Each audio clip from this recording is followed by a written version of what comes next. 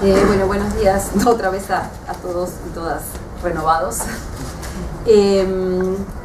Bueno, a ver, lo que yo voy a presentar es una reflexión de índole bastante general, con lo cual no voy a profundizar demasiado en nada, sino que más bien voy a ser un tanto impresionista con una serie de elementos que quiero poner en discusión, así que sabrán perdonar la generalidad de todo lo que voy a decir. Dicho esto, voy a ahondar en aquello que dije previamente hace un ratito, que era el lugar recurrente de las investigaciones de historia política y del cual deberíamos corrernos, pero bueno, yo sigo redundando tratando de mirarlo desde otro lugar. Y también, escuchándolo a Gerardo, van a notar unas cuantas superposiciones, puntos de similitud notables, que hay una diferencia final que podemos poner en discusión. Bien, en primer lugar, para ser bastante impresionista, como decía, preparando la presentación de hoy traté de pensar, y pensando en el planteo general del coloquio, traté de pensar desde la historia política y desde los derechos humanos qué cosas pensamos de los 80, ¿no? En ese sentido me parece que claramente la primera constatación es que de alguna manera los 80 son la democracia y son los derechos humanos, ¿no? Ahí hay una asociación memorial muy fuerte que funciona en la Argentina y que funciona para pensar la historia argentina de los 80, ¿no? Los 80 son de alguna manera, son identificados prácticamente con los derechos humanos. De hecho es parte de la lectura monocorde que, como decía antes, este evento quiere cambiar. En ese sentido, dado que las promesas de la democracia se agotaron rápidamente, los derechos humanos quedaron mucho más marcadamente como asociados a los años 80. Los años 80 son también vistos como los derechos humanos, pero en relación con un par de íconos muy claros, ¿no? Que son el nunca más y el juicio a las juntas y la emergencia de una cultura de los derechos humanos. Es decir, los 80 son los derechos humanos siempre y cuando queden asociadas a estas dos o tres cosas. Insisto, la posibilidad de investigar, juzgar y los crímenes cometidos por las Fuerzas Armadas y una cultura de los derechos humanos. De la misma manera, en sentido inverso, los 80 no son la dictadura. Es decir, no aparecen los 80 en la memoria social como la dictadura como parte de esos años 80. Es decir, la dictadura es de alguna manera los 70 y los 80 son la democracia y los derechos humanos. Otra vez lo digo, siendo totalmente impresionista en términos de representaciones sociales, ¿no? Y si algo de los 80 es la dictadura, es una especie de transcurso rápido entre la guerra de Malvinas y la Asunción de Alfonsín, y no mucho más. Y en el mismo sentido, los 80 no son, a lo que mencionaba Gerardo hace un momento, y después voy a volver, ni la obediencia debida ni el punto final. ¿Qué quiero decir con esto? Que estas dos políticas del gobierno de Alfonsín suelen inscribirse en un ciclo distinto, que es el retroceso de los derechos humanos, y que en ese sentido, y por esa razón, pertenecen al ciclo de los 90 y no de los 80. En síntesis, otra vez, los 80 son los derechos humanos, el nunca más, el juicio de las juntas y la cultura de los derechos humanos. En ese sentido, me parece que esto tiene que ver con que los 80 y los derechos humanos han sido construidos con una mirada sobredeterminada por estos dos o tres acontecimientos. Estos acontecimientos organizan la narrativa histórica y esta narrativa se construye de manera teleológica para llegar a ellos como si efectivamente la investigación y el juzgamiento hubieran sido un proceso inevitable y lineal. Esto implica que algunos otros acontecimientos vinculados a los derechos humanos que tuvieron otros sentidos, efectos, explicaciones o sentidos quedan completamente desdibujados u olvidados. Esquematizando un poco, en muchos casos sucede que actores, ideas, acontecimientos de derechos humanos que no fueron en el sentido de la investigación y la justicia han quedado efectivamente olvidados o se los considera que forman parte de la dictadura, pero no de los años 80, o que forman parte de los años 90, pero no de los años 80. Ello es así, me parece, por la inevitable tracción de los acontecimientos, de estos dos acontecimientos fundantes, por la tracción que estos acontecimientos fundantes tuvieron a escala nacional, pero también a escala regional e internacional, donde la Argentina ha sido siempre asociada a la famosa cascada de justicia de Katrin Zikin o a los modelos de justicia transicional más tempranos y más logrados.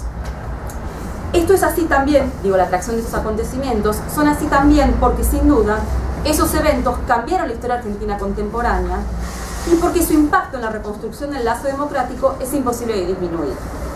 Pero eso es así también porque esos acontecimientos, además, y esto es lo que me interesa resaltar, fijaron la escena judicial como el terreno fundamental donde se dirime una y otra vez hasta el día de hoy el pasado reciente argentino. En ese sentido, me parece que retrospectivamente estos acontecimientos siguen siendo recargados de sentido porque organizaron el relato posterior sobre cómo se resuelve el pasado cercano. Es decir, más allá de su valor intrínseco, adquirieron y siguen adquiriendo cada vez más un valor fundante por la historia presente y no solo por su peso histórico en sí mismo. Esto es así también porque como sociedad elegimos narrarnos desde esos acontecimientos, desde el valor de la justicia, la verdad y la memoria, que nos distingue de nuestros vecinos regionales y de otros casos europeos donde eso no se construyó. Elegimos narrarnos entonces desde ese lugar porque es un lugar socialmente tranquilizador que nos reconcilia como sociedad sobre aquello que acompañamos en los años represivos. Elegimos narrarnos desde los años 80 de Alfonsín y de la condena del terrorismo de Estado porque también quienes pensamos desde las ciencias sociales participamos en general muy ampliamente del paradigma de los derechos humanos y entonces otorgamos un peso fundamental a esos hechos. Sin embargo, me parece que esas décadas, y la década de los 80 en particular, podría ser narrada de otra manera. No para disminuir la trascendencia de esos hechos, y no voy a volver a insistir sobre esto, que me parece que es una obviedad compartida, sino para situarlos en un cuadro más complejo de múltiples determinaciones, fuerzas y acontecimientos, en los que pocas cosas conducían indefectiblemente a esos hechos que hoy resumen la década. E incluso otras muchas cosas conducían en un sentido contrario y otros muchos elementos portaban más continuidades que rupturas con aquel pasado. Me parece que redescubriendo todos estos otros elementos que no iban en el sentido de los acontecimientos finales, me parece que podemos entender mejor una serie de procesos posteriores, incluso hasta el día de hoy, por mencionar cosas tan básicas como las representaciones sociales para construir enemigos sociales o las relaciones de la sociedad argentina con la seguridad interior hasta la actualidad. En todo caso, lo que me interesa es, no se trata de explicar lo que no fue, sino de efectivamente y sencillamente explicar lo que sí fue. Es decir, no tomar como eventos naturales y autovidentes aquello que sucedió, sino rodearlos de una explicación histórica que logre explicarlos y no darlos como hechos naturales y obvios. Para ilustrar este planteo, que es el planteo general de la presentación, voy a tomar una serie de 7 u 8 elementos, en particular de los primeros años de la década, que es lo que conozco un poco más en profundidad, y que tienen que ver con pensar ese camino hacia la investigación y la justicia. De hecho, preparando esto, pensaba lo poco que hemos indagado en términos de investigación fina y compleja sobre los procesos posteriores a estos dos acontecimientos fundamentales, ¿no es cierto? Otra vez, el nunca más y el juicio a las juntas. Primer elemento: las negociaciones de la transición y el problema de la impunidad. Mientras en otros países de la región la transición en relación con la cuestión de las violaciones a los derechos humanos se resolvió con una negociación que garantizó impunidad a las Fuerzas Armadas, en la Argentina no fue así, y esa ha sido efectivamente la marca distintiva de nuestra historia reciente. Sin embargo, y esto es lo que me interesa resaltar, hasta último momento las tendencias durante el proceso dictatorial, las tendencias más fuertes iban en sentido inverso a ello. Es decir, los partidos políticos aparecían como los más interesados en cerrar el pasado y no tener que ocuparse del problema de las violaciones a los derechos humanos en el nuevo régimen democrático. Y para eso estaban dispuestos a hacer amplias concesiones al régimen. Hasta último momento, las Fuerzas Armadas exigieron la no revisión del pasado ni de las responsabilidades por la lucha antisubversiva, y los partidos acordaban globalmente con ello y durante muchos años, de los años 80 dictatoriales, no objetaron la cuestión. Solo hasta último momento, cuando el clima dictatorial se tornó fuertísimo, los partidos se negaron a cerrar el tema sin alguna forma de investigación. Y desde luego este proceso, fuertemente dirigido por los partidos, porque eran los actores que negociaban efectivamente las reglas del nuevo régimen con las Fuerzas Armadas, también fue acompañado por otros actores en el poder: iglesia, prensa, poder judicial, etc. Sobre esto tampoco voy a ahondar. Solo quiero decir que había una tendencia muy fuerte en el sentido inverso al que se lo suele pensar. El segundo elemento es lo que suele ser asociado a una explosión de una cultura de los derechos humanos en la Argentina. Yo creo que este proceso fue mucho más lento, mucho más acotado y mucho más sectorializado de lo que queremos pensarlo. En relación con la temporalidad de ese proceso, si tal cultura de los derechos humanos existe, y creo que sí, por lo menos en lo que respecta a los derechos humanos del pasado dictatorial, esa construcción atraviesa varias décadas y no es una especie de aparición súbita de la transición en términos colectivos ni masivos. En lo que respecta a sus alcances, justamente, creo que en su origen esa cultura de los derechos humanos, con las comillas, fue mucho más moderada y sectorial de lo que nos gusta pensar. Con esto quiero decir que era un proceso, un interés, una sensibilidad que alcanzaba a clases medias urbanas, profesionales y con ciertas sensibilidades políticas y no mucho más. Quiero decir con esto, y es lo que me parece más importante desde mi punto de vista, es que esa cultura de los derechos humanos no fue un producto natural ni automático del descubrimiento del horror represivo. No hay relación lógica entre el conocimiento de los crímenes y que emerja esa cultura en la historia argentina. Tercer elemento, la investigación y el juzgamiento. Entre los dirigentes políticos de peso no había, salvo Alfonsín, intenciones muy decididas de juzgar ni investigar los crímenes cometidos por las Fuerzas Armadas. Hasta fines por lo menos de 1983.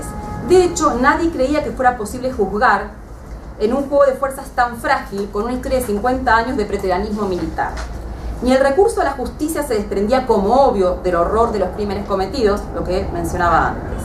Las tendencias, insisto, eran inversas, se trataba más bien de negociar algo en términos de derechos humanos y de cerrar el pasado para garantizar alguna forma de estabilidad, incluso, volviendo a lo que decía Gerardo, conociendo perfectamente aquello que había sucedido, por lo menos para los partidos políticos. La negativa militar a cualquier forma de concesión o entrega de información sobre lo que había sucedido, más la deslegitimación extrema del régimen, más la presión de las organizaciones de derechos humanos, más la presencia de Alfonsín, cuya victoria en las elecciones tampoco era esperable mucho antes del mes de agosto o septiembre de 1983, finalmente modificaron el resultado. La deslegitimación del régimen no provino inicial ni mayoritariamente hasta último momento de los crímenes cometidos por las Fuerzas Armadas, sino de su fracaso en otros planos, fundamentalmente el económico, el político y sobre eso Malvinas. Es decir, no Malvinas, sino sobre eso Malvinas.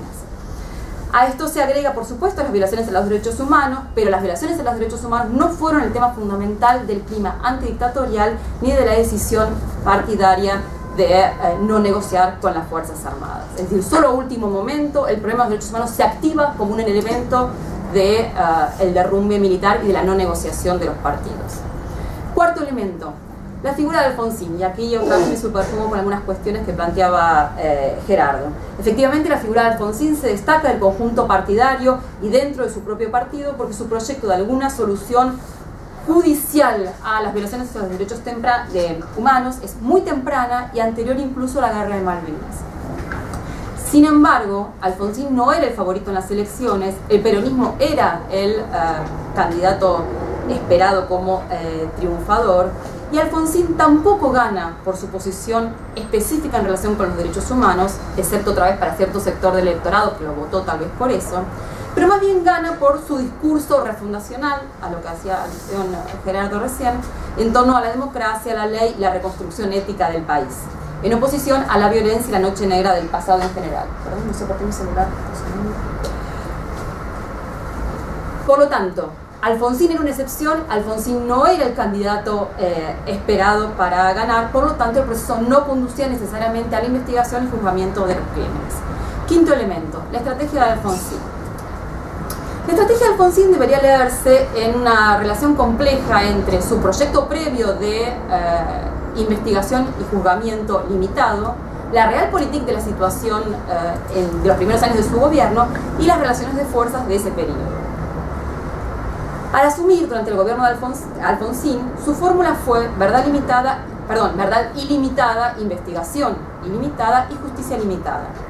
Recordemos que, y esto es un dato importante que a veces se olvida, lo primero que hizo Alfonsín, en una decisión que no estaba previamente clara en su proyecto de investigación, fue estimular la autodepuración militar, y que esa decisión se tomó muy a último momento, la noche antes de asumir, en un cónclave con los abogados con los cuales Alfonsín estaba armando la estrategia sobre derechos humanos, Y ahí se decidió primero avanzar por la vía de la autodepuración militar. En ese sentido, y aquí sigo algo del análisis de Marcos Novaro, las políticas de derechos humanos de Alfonsín quedaron sujetas también a las decisiones de otros actores y a las relaciones de fuerzas. Es decir, no fueron las políticas necesariamente que Alfonsín había previsto en su origen como candidato, y sin embargo el ciclo político termina con aquellas políticas que Alfonsín sí había previsto cuando todavía era candidato. ¿Qué quiero decir con esto? Que muchas de las políticas de Alfonsín se fueron profundizando, lo que decía Gerardo, mucho más allá de sus previsiones iniciales, como resultado de las relaciones de fuerzas y de la coyuntura política. Es decir, en la medida en que Alfonsín iba perdiendo terreno político por el fracaso de su gestión en otras áreas, particularmente la económica, los derechos humanos empezaron a tomar cada vez mayor importancia, y en ese sentido Alfonsín acompañó la profundización de políticas que él no había previsto previamente, ¿no? No repito acá entonces la cuestión de la reforma del Código Militar, etc.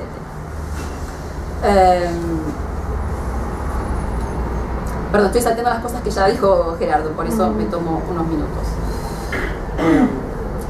Ahora, insisto, Alfonsín no impidió la profundización de su política de derechos humanos, más allá de lo que él había pensado originalmente, pero volvió a ese proyecto original cuando las circunstancias lo obligaron. ¿A qué me refiero? Al problema de la obediencia debida y el punto final. Y sobre esto quiero primero introducir otro elemento, el sexto elemento, antes de volver sobre lo anterior, que es la convicción sobre la responsabilidad de la subversión en el ciclo de violencia y la convicción de la legitimidad de la lucha antisubversiva. Es el punto que más me interesa porque tiene que ver con la construcción de consensos sociales represivos, que me parece que eso es un dato fundamental para pensar de los funcionamientos sociales, más allá de que haya o no haya ciclos represivos en sí mismos. Es decir, lo que más me importa es los mecanismos de construcción simbólica de enemigos, que es la base de las políticas represivas. Y por eso me detengo en este punto. La convicción antisubversiva tiene una larga historia, pero al menos para el ciclo contemporáneo se asentó fuertemente entre 1974 y 1975 y creció intensamente como factor de legitimación militar durante ese periodo.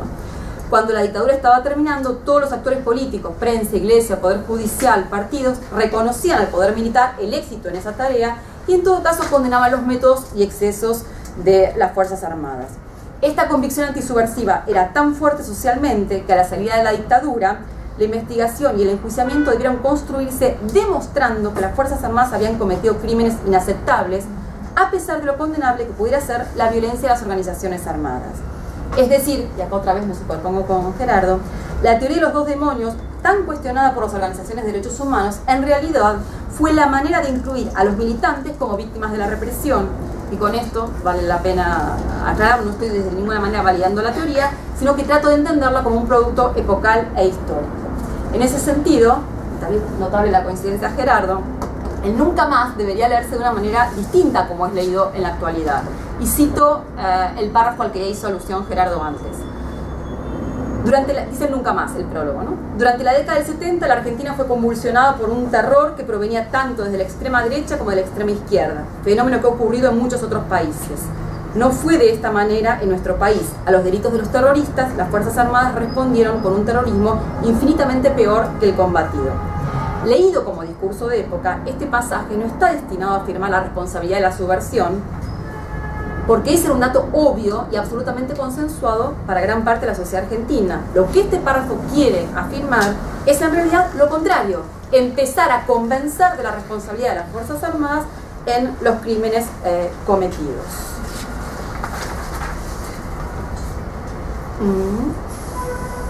De hecho, otro dato que ha quedado muy olvidado es que cuando nunca más se presentó en público, en una de las instancias, Ernesto Sábato tuvo que salir a defender lo que se había investigado, diciendo que de ninguna manera estaban disculpando a la subversión ni reivindicándola.